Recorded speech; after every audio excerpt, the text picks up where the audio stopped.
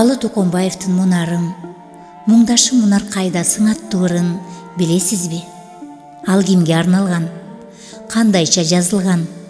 Мунарым дегени ким болгон? Сүйгөн адамыбы? Муңдашым Мунар кайдасың дейт. Акындын арзып жүрүп жетпей калган аруу махабатыбы? Анда эмесе ыр тарыхын айталы.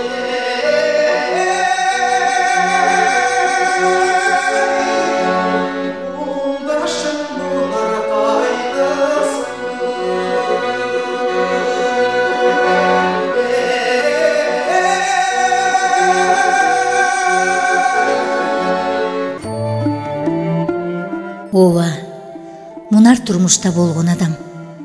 А киши 1979 жылы март айында азыркы Бишкек шаарында дүйнөдөн өткөн. Сөөгү аларча көрүстөнүнө коюлган. Сөөгү узатуу зыйнатына адабият менен маданияттын, илим менен искусствонун көрүнүктүү өкүлдөрү, коомдук жана мамлекеттик ишмерлер, кыргыз интеллигенциясынын алгачкы мууну аталган ардактуу адамдар келген. Ал Боордош казак элинин кызы болгон. Атасы тектүү жердин тукуму катары кулакка тартылып, ошол бойдон кайрылбай калган экен.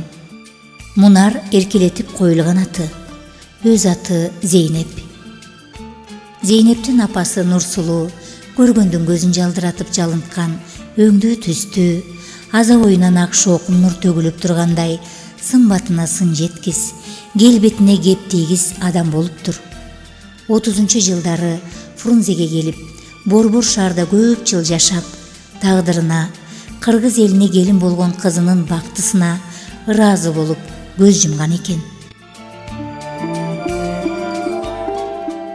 Зейнеп 3 туугандын ортончусу болуптур. Жаш чагынан эле ырга жакын, ар нерсеге шыктуу, тың жана зээндүү кызды апасы Казакстандын Казалинскийиндеги интернатка берет. Кыз бала жалгыз жүрүп жабыркабасын деп, энисин да ошо интернаттан окутат.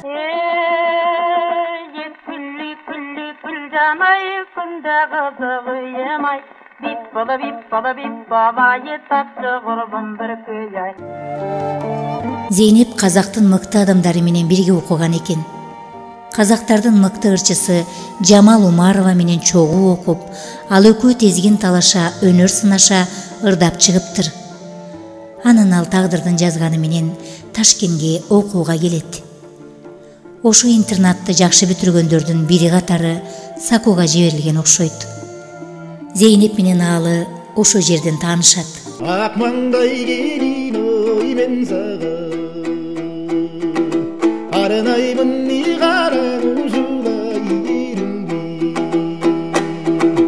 Ал экөөнүн ортосуна данакер болгон адам Досалы Туратбеков болгон. Туратбеков кыргыз жигити. А кезде Сакуда окуучу экен.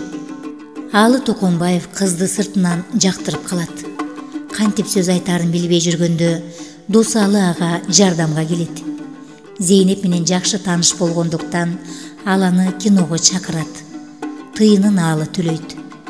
Ал тигилердин өтөр жерине туруп, алар келатканда капыстан жолуккан адам катары таанышып, казак кызынын жүрөгүнө чок салып, көңүлүнө от жагып, элеси эстен кетпеген кыздын карегинде калгысы келет.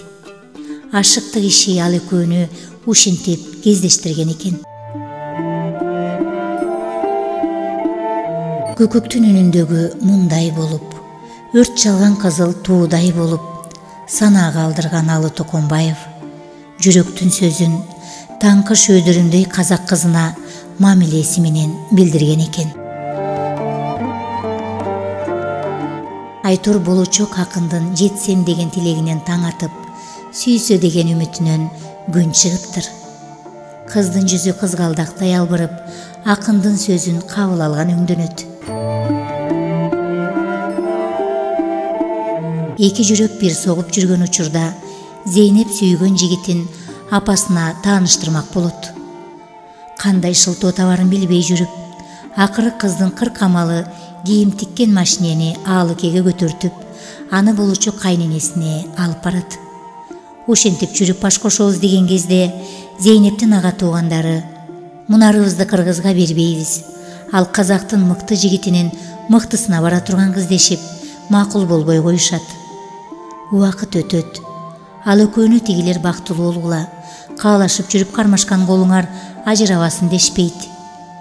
Аалын азапка салгысы келбеген Зейнеп, тагдырымды арман кылбайын деп, сүйгөнү менен кыргыз жерине баса берет. Бул 1926 жылдары болгон окуя. 1927 жылы Карлин аттуу уулду болушат. Карленди көргөнү казактан бирөө келбейт. Аалы менен Зейнептин уулу 4 жашка чыкканча кыздын төркүнүнүн таарынышы таркабайт, кабарлашып катташпайт. Кызынын тил албай кыргызга качып кеткенин кечирбей жүрө беришет. Анан Аалыке кайындарынын алдына өзү түшөт. Кайненесин чоң кеминге алып келет. Кыргыз жерине соктанган Нурсулуу апа ошондо айткан тура: "Эли да, жери да улук экен гой. Кызымды улуулук алып келген турбайбы" деп. Алы Токонбаевдин арзып жүрүп, ашыктыктын азабын тартып жүрүп алган жары Зейнеп Мунар болгон. Ал экөө тагдырдын ачуу таттоосун 53 жыл бирге тартышты. Зейнеп Фрунзедеги эң алгачкы жеңил машина айдагандардын бири болгон. Ал өмүрүнүн акырында катуу ооруп, баса албай калат. Ооруканага жаткырышат. Бир күнү жазуучубуз кызы Тамара менен Зейнебин көргөнү барып, анын жалын жутуп чок кармап, жерге батпай, жарыктан караңгылыкты таппай турганын көрөт. Көрөт да кайран залкардын каңырыгы түтөп, сөөгү сыздап, чучугу күйүп кеткендей болот.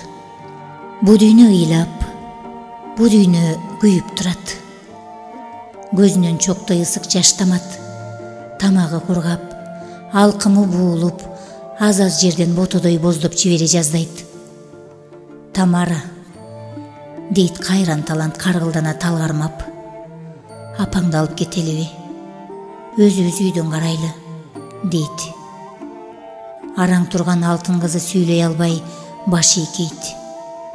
Тийип турган күндүн жарыгы аларга жетпей турат. 1979 жылы Зейнеп актыкка моюн сунат.